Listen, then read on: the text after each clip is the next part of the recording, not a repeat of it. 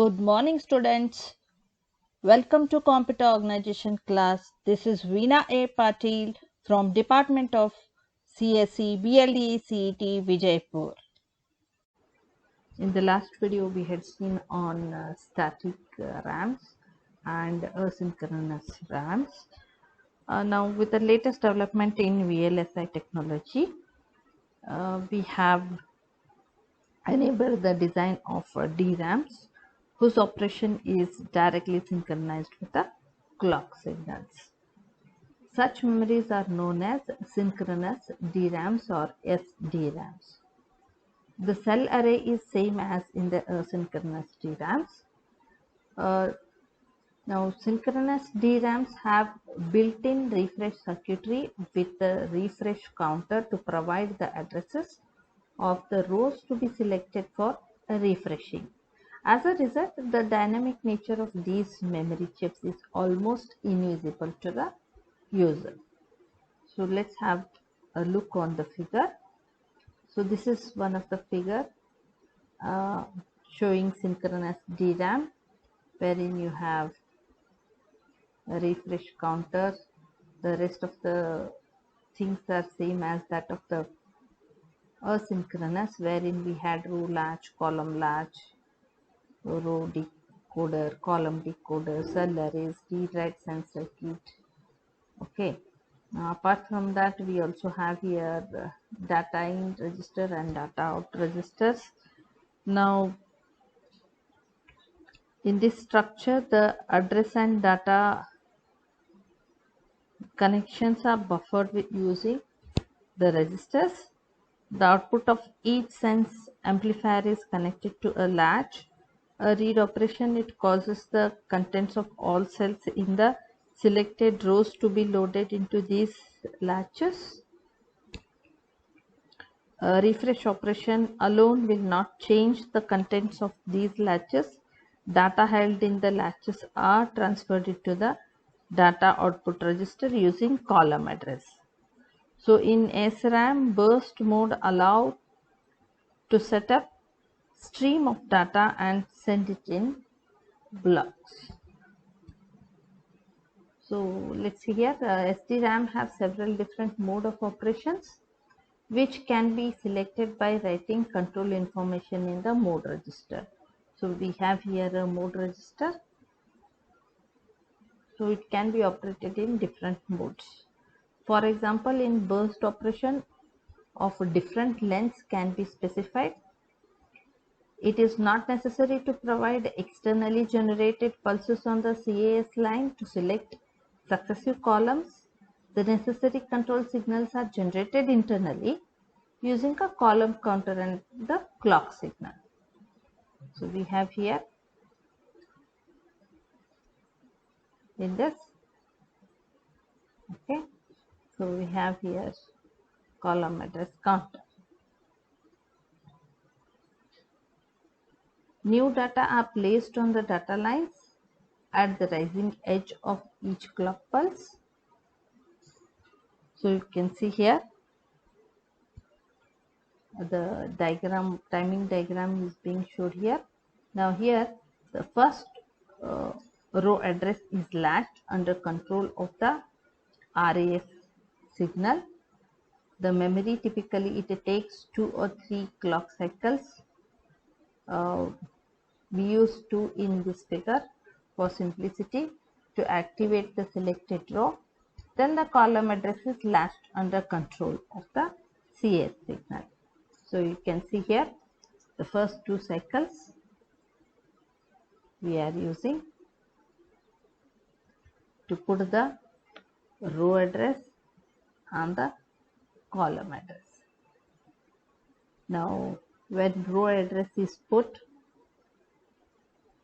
row latch is RAS signal is activated as it is RAS bar, so low shows that it is active.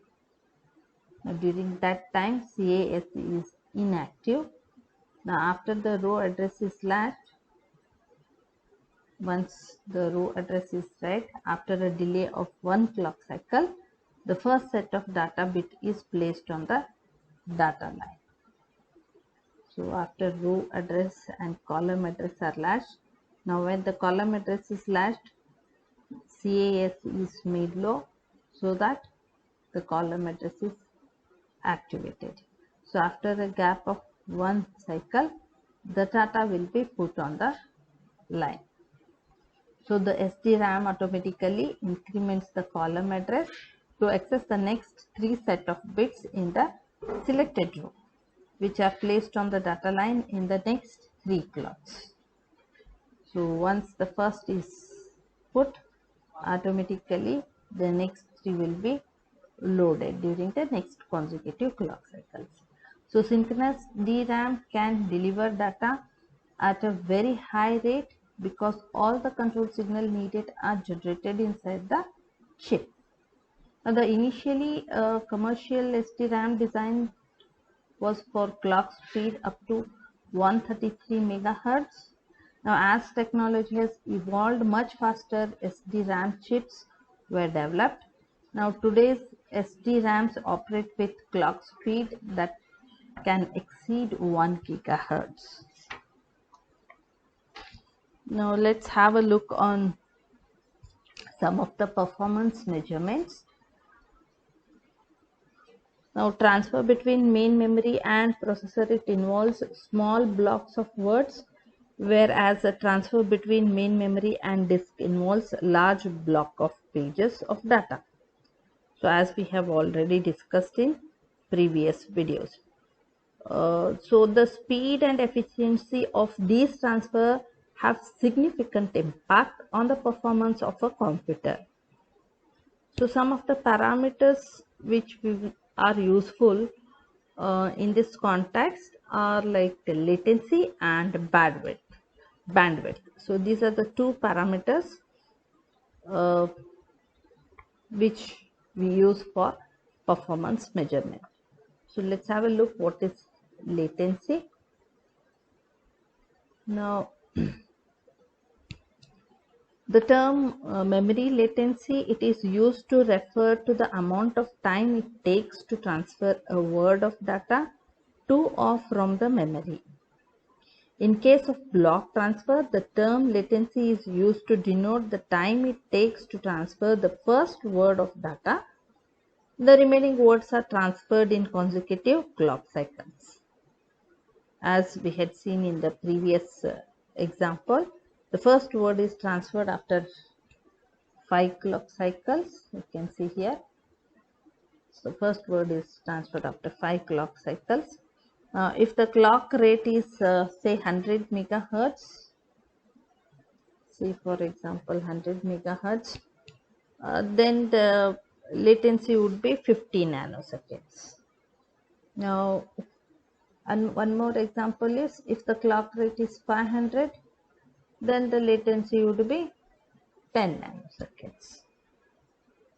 Okay. Because the remaining words will be transferred consecutive clock cycles. So at the rate of one word every 2 nanoseconds.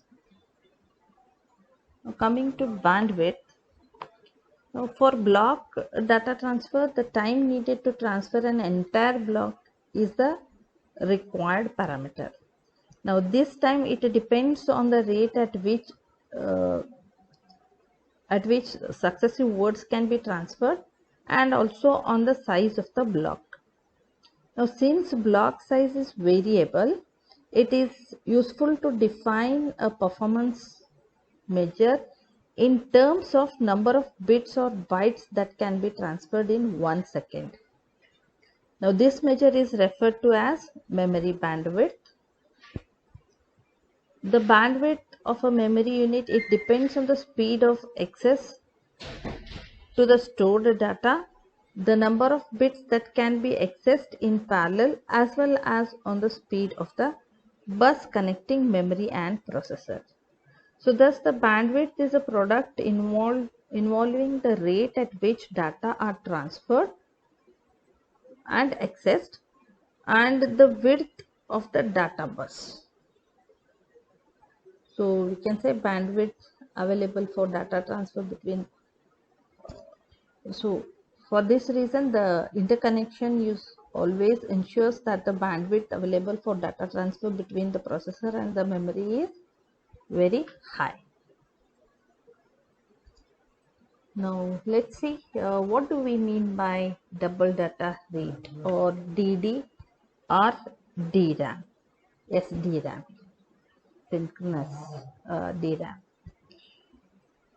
The standard SDRAM describes just now, it performs all actions on the rising edge of clock cycle. Now, to improve the performance, another device is designed which accesses the cell arrays in the same way as in SDRAM but transfer data on both edges of the clock cycle. So usually at the rising edge it takes place. So with this technology, we are going to make it work on both edges of the clock. Hence, the bandwidth is effectively doubled for large burst transfer. Such devices are known as double data rate SDRAMs, or we say them as DD SDRAMs. So instead of only actions taking place only on the rising edge, we make sure that at both rising as well as falling edge the action takes place. So naturally the data rate doubles here.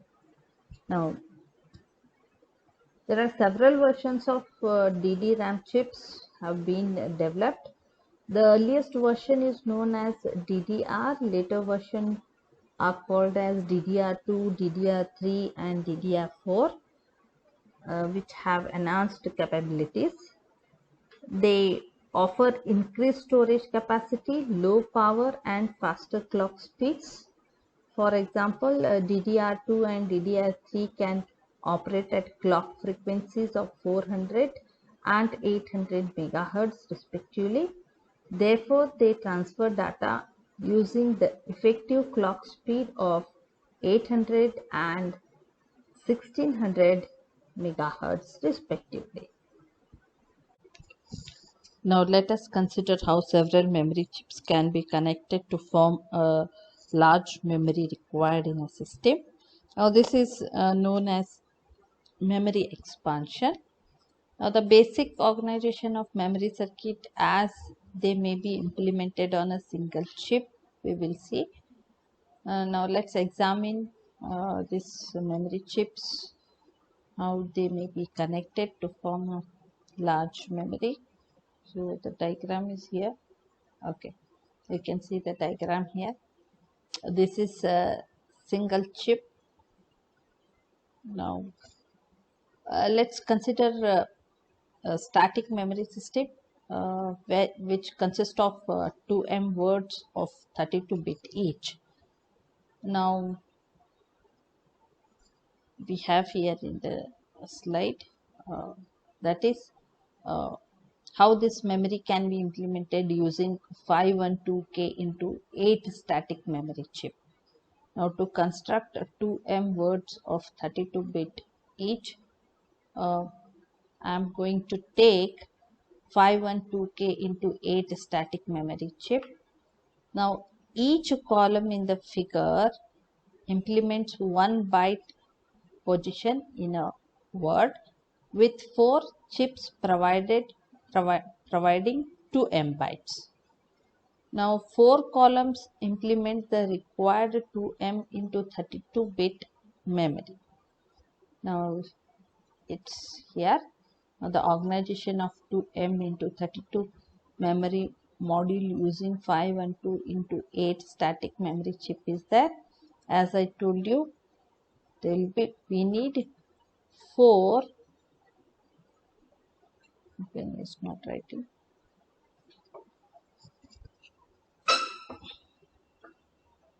So 4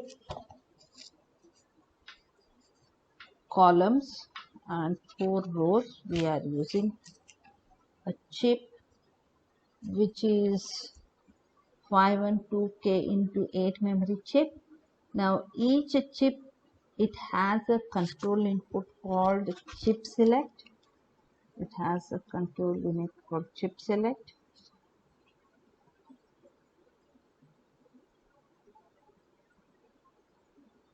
Okay, we have here chip select,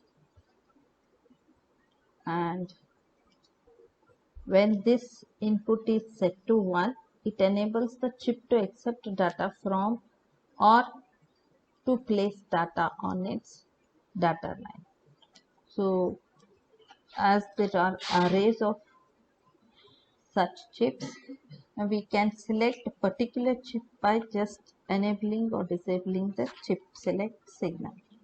As you can see here, the organization, we have here 512K into 8 memory arrays.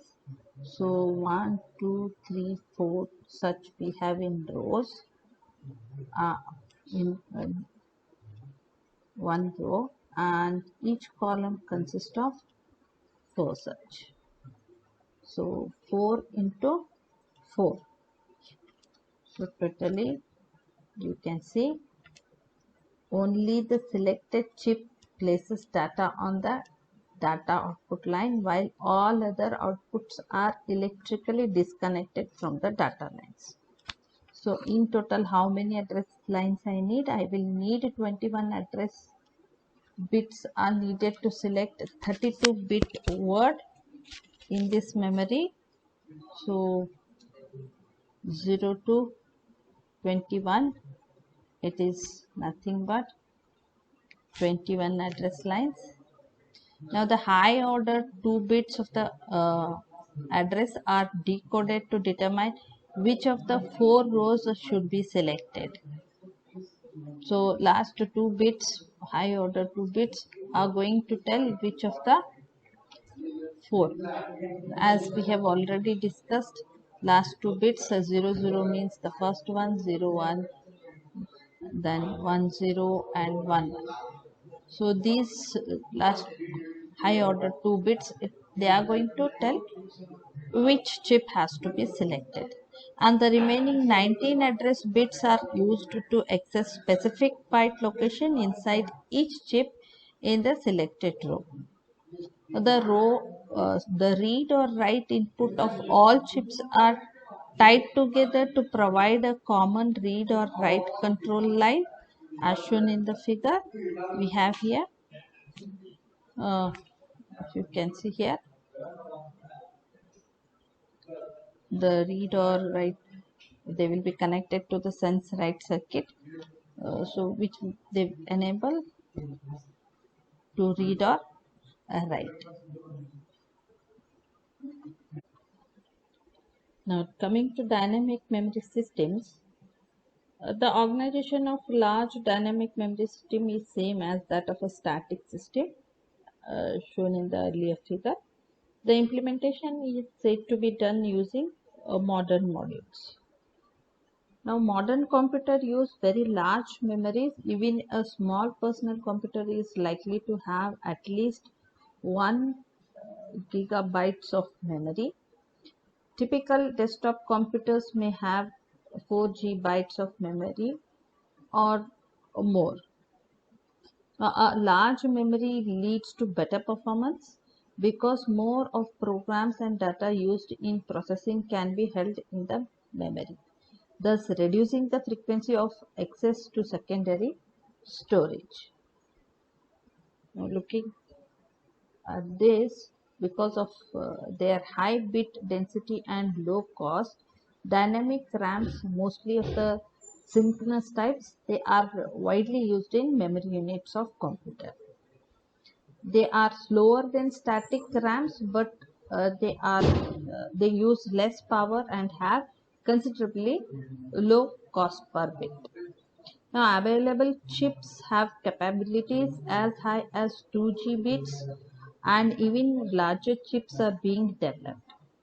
To reduce the number of memory chips needed in a given computer, A memory chip may be organized to read or write a number of bits in parallel. Now, chips are manufactured in different organizations to provide flexibility in design memory systems. For example, a 1 gigabit chip may be organized as 256M into 4, or it may be organized as 128M into 8. Now, packing considerations have led to the development of assemblies known as memory modules. Now, each such module houses many memory chips, typically in the range of 16 to 32, on a small broad uh, board that plugs into a slot on the computer motherboard. So it will be like a small board, and on this there will be memory chips put like this. Okay, so memory modules are commonly called as SIMs, which means single inline memory module, or DIMMs, dual inline memory module, depending on the configuration of the pins. Modules of different sizes are designed to use the same socket. You can put it in the same socket. I hope you remember that I had shown you the memory module sockets in my second module video. For example, 128 into 128M into 64, or 256M into 64, and 512M into 64 bit DIMMs all use the same 240 pin slots. Thus, total memory capacity is easily expanded by replacing a smaller module with a large one using the same socket. Now, coming to memory controller. Now, let's see the figure of a memory controller. So, this is the memory controller diagram. It is shown in between the processor and the memory. Let's have a look. Now, the address applied to the dynamic RAM chip is divided into two parts, that is high order address bits which select a row in the cell arrays by activating the RAS signal. Then the low order address bits which select the columns are provided on the same address pins and the latched using under control of CAS signals. I have just told you. Now, since a typical processor issues all bits of an address at the same time, a multiplexer is required. Now, this function is usually performed by a memory controller circuit. Now, this memory controller circuit is in between the processor and the memory. The controller, it accepts a complete address and the read-write signal from the processor under control of a request signal, which indicates that a memory access operation is needed. Then it forwards the read-write signal and the rows and column portion of the address to the memory and generates RAS and CS signal with the appropriate time.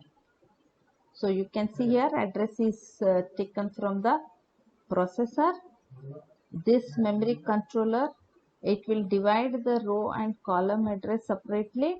First it sends the row addresses by activating the RAS signal, then column address by activating CS signal.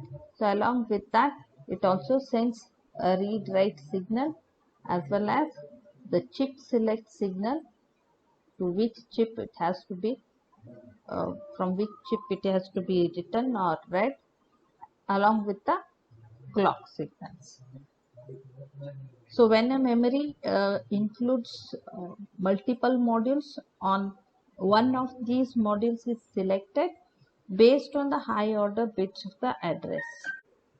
The memory controller, it decodes these high order bits and generates the chip select signal for the appropriate module. Now, data lines are connected directly between the processor and the memory, as you have already seen in the diagram. You can see here. The data lines are connected directly. Now dynamic RAMs must be refreshed periodically. The circuitry required to initiate refresh cycle is included as part of the internal control circuitry of synchronous DRAMs.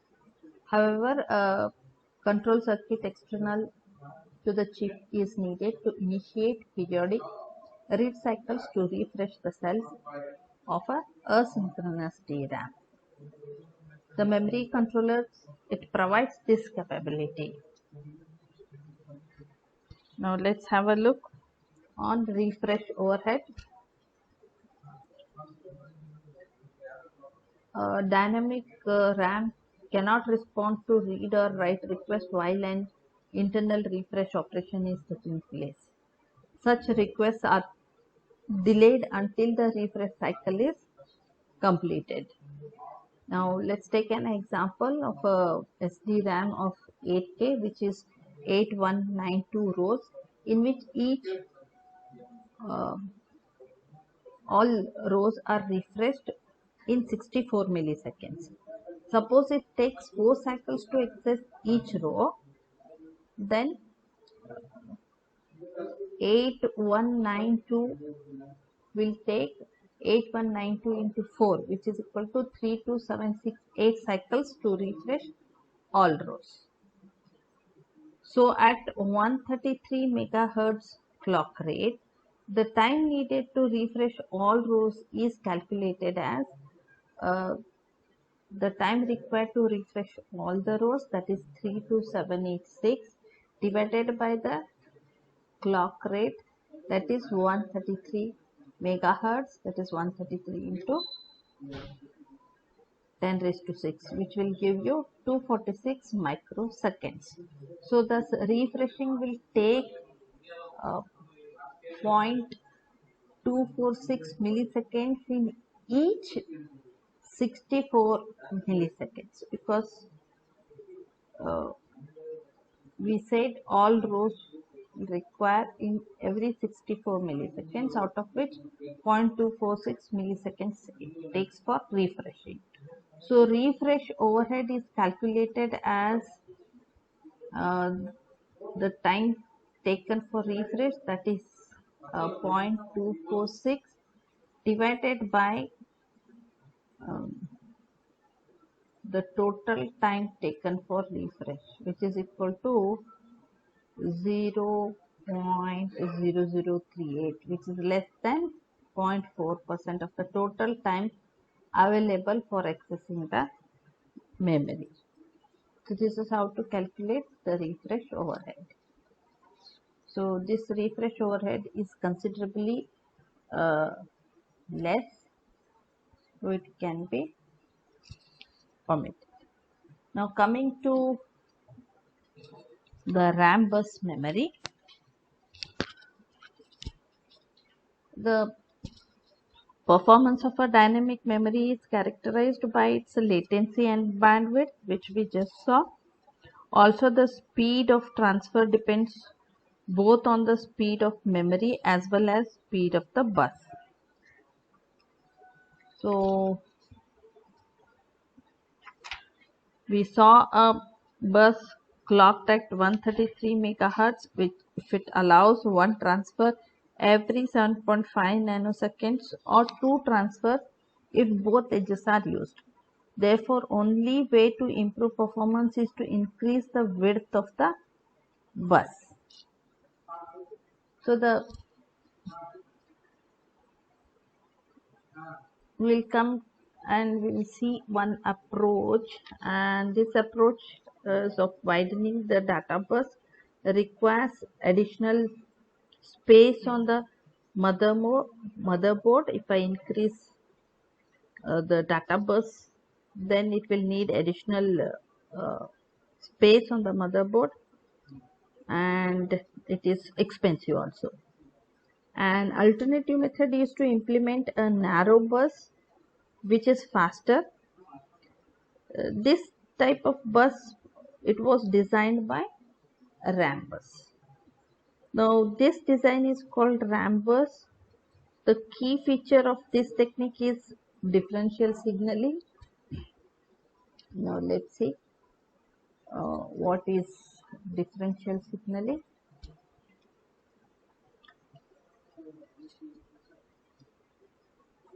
In differential signaling, that is, instead of using signal with voltage level 0 or VCC, the signal, it consists of smaller voltage swings around a reference voltage. So instead of making a full swing from right from 0 to VCC and back, instead of that, a reference voltage is considered, and smaller swings will be taken. Okay, so the signal, it will consist of smaller voltage swings around a reference voltage VRF. The reference voltage is, say, about 2 volts, and the two logic values are represented by, say, 0.3 volts swing between and above this reference. So this type of signaling is generally referred to as a differential signaling. Now, evidently, small voltage swings take less transition time, which allows high speed transmission. That is the main idea of this rambus.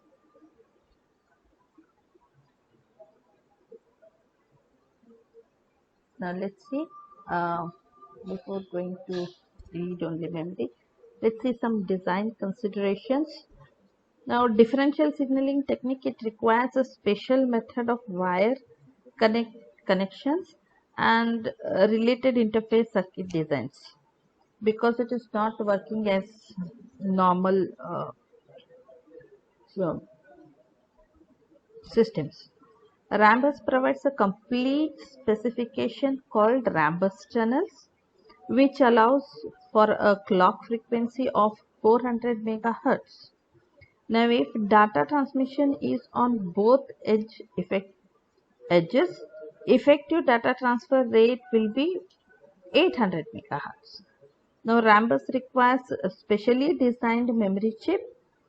Cell arrays are based on standard DRAM technology, and multiple banks of cell arrays are used to access more than one word at a time. Now, circuitry needed to interface to the Rambus channel is included in the chip. Such chips are known as Rambus DRAM. We call that Rambus DRAMs or RD. Now coming to read-only memories, or what we call as ROM. The SRAMs and DRAMs which we discussed, they are volatile. That is, the stored information is lost when power is switched off. However, there are many applications which need to store the information permanently. Say, for example, when the computer is turned on, the operating system has to load into main memory from the disk. This requires execution of a program that boots the operating system. In this case, the RAM cannot be used. Hence, a small non-volatile memory is used that holds the instruction whose execution results in loading the boot program from the disk.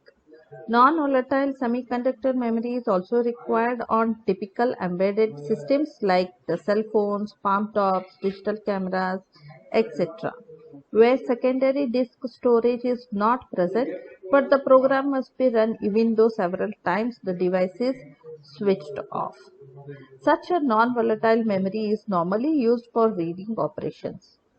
Hence, it is generally termed as read-only memory. The instructions are internally hardwired or fused using a logic circuits. So it is used in applications where the same code is to be executed always. For example, a fire alarm controller system can have a ROM having a control algorithm stored in it. The processor or controller can read this to generate appropriate control signal. To store information into ROM, a special writing process is needed. Now let's have a look on the structure of this ROM. So this is a ROM cell which is shown here. A memory is called a read-only memory or ROM when information can be written into it only once at the time of manufacture.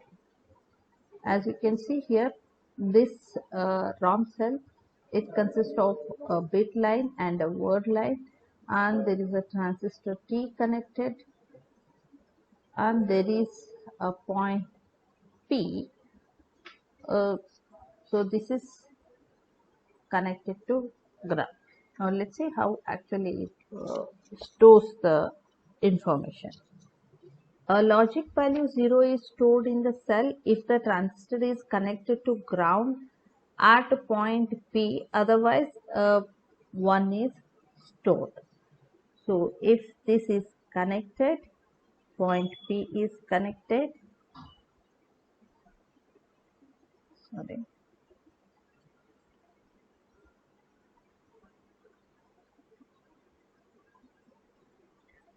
So if this point is connected to ground, then we say a logical 0 is stored, because whatever is stored in the transistor, that will be grounded. The bit line is connected through a resistor to the power supply. To read the state of the cell, the word line is activated to close the transistor switch. As a result, the voltage on the bit line drops to near zero if there is a connection between the transistor and the ground.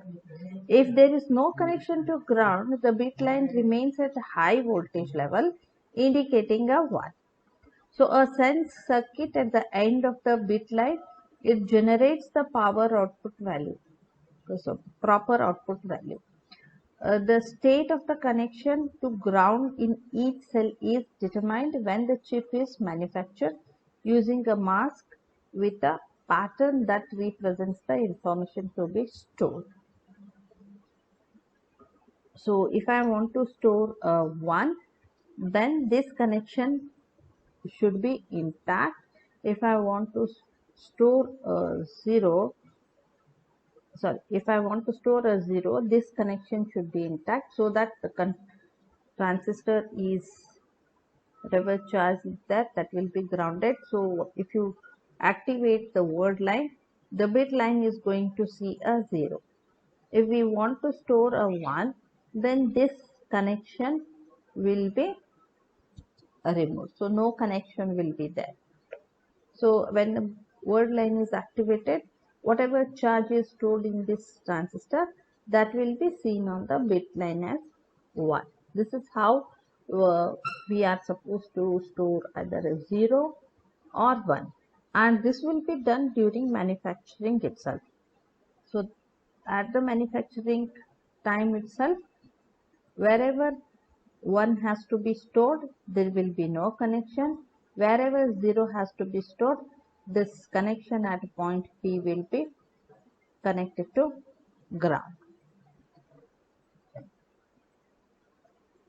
So coming to PROMs, now some ROM designs, they allow the user to load the data load the data. So this is known as a programmable ROM or PROM. If the user is able to load the data, then I can say it is programmable ROM. So programmability is achieved by inserting the fuse at point P in a ROM cell. So we have seen here previously, there is a point P. So at this point P, instead of having a fixed connection to ground, now we can have a fuse. So before it is programmed, the memory contains all zeros. The user can insert ones at the required location by burning out the fuses at these locations using high current pulse. This process is irreversible. When the user purchases the chip, all the contents of the cells will be zero. That is, the fuse is intact. Now, if the user wants to write a 1 in that particular cell, then this fuse will be burned, and once this is burnt, it is irreversible. You cannot rebuild the fuse. So programmable ROMs provide flexibility and convenience not available with the ROMs. So the cost of preparing the mask needed for storing a particular information pattern makes ROMs cost effective only in a large volumes. If large volumes of ROMs are used, then it is better. The alternative technology of PROMs provides a more convenient and considerable less expensive approach because memory chip can be programmed directly by the user. EPROMs or erasable programmable ROMs. A modification of the PROMs that allow the stored data to be erased and new data to be written into it. Such an erasable reprogrammable ROM is usually called as EPROMs. Since EPROMs are capable of retaining stored information for a longer time, they can be used in place of ROMs or PROMs while software is being developed. An EPROM cell has a structure similar to ROM cell. However, the connection to ground at point P is made through a special transistor. The transistor is normally turned off, creating an open switch. It can be turned on by injecting charge into it that becomes trapped inside. By injecting the charges into it that becomes trapped in the transistor that form the memory cell. Now this can be done by exposing the chip to ultraviolet light,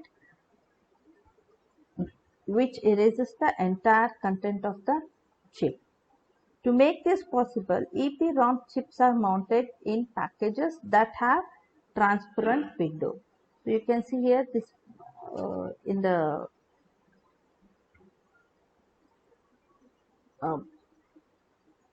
IC, you can see here you have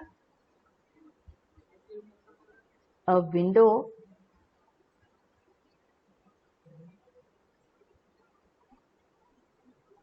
this part, which is a transparent window. So through this ultraviolet rays can be put on the chip, so that will either insert a charge into the transistor or it will erase. So an EPROM must be physically removed from the circuit for reprogramming. So whenever I want to expose it to the ultraviolet light, it has to be removed. So also the stored information cannot be erased selectively. The entire content of the chip are erased when exposed to ultraviolet light. So another type of erasable PROM can be programmed, erased and reprogrammed electrically, and such a chip is called as electrically erasable PROMs or EEPROMs. Now it does not have to be removed for erasure. Moreover, it is possible to erase the cell content selectively. So one disadvantage of EEPROM is that different voltages are needed for erasing, writing and reading the stored data, which increases circuit complexity. However, this disadvantage is overweighed by the many advantages of EEPROM. They have replaced EEPROM in practice. Coming to flash memories, an approach similar to EEPROM technology have been given rise to flash memory devices. A flash cell is stored on a single transistor controlled by trapped charge. much like the EEPROM cell. The key difference is that in a flash device, it is only possible to write an entire block of cells. Prior to writing, the previous content of the block are erased. Prior to writing, the previous content has to be erased. Now, flash drives have greater density, which leads to higher capacity and a lower cost per bit. They require a single power supply voltage and consume less power in their operation. The low power consumption of flash memories make them attractive for use in portable battery powered equipments. Now, you might have used in your mobiles also. The memory cards which we use, they are nothing but the flash drives. So typical applications include handheld computers, cell phones, digital cameras, and MP3 music players. A flash memory is used in digital cameras to store picture data. In MP3 player, flash memories can store the data that represents sound. A single flash chip may not provide sufficient storage capacity for the application mentioned above. Larger memory modules consisting of a number of chips are used, may be needed. Now, there are two popular choices for the implementation of such modules like flash cards and flash drives. Now, if you people might have used these flash drives in your camera. So, this is an diagram of the flash cards. Now, one way of constructing a large module is to mount the flash chips on a small card. Such flash cards have a standard interface that makes them usable in a variety of products. A card is simply plugged into a convenient accessible slot. Now, flash cards with a USB interface are widely used and are commonly known as memory keys. They come in a variety of memory sizes. Large cards may hold as much as 32 gigabytes. A minute of music can be a minute of music can be stored in about 1 megabyte of memory using the MP3 encoder format. Hence, a 32 gigabyte flash card can store approximately 500 hours of music. Now, flash drives are nothing but the pen drives which nowadays we are using instead of our CDs and floppy disks. Now, these large flash memory modules have been developed to replace hard disks and hence are called flash drives. They are designed to full emulate hard disks to the point that they can be fitted into standard disk drive base. However, the storage capacity of flash drives is significantly lower.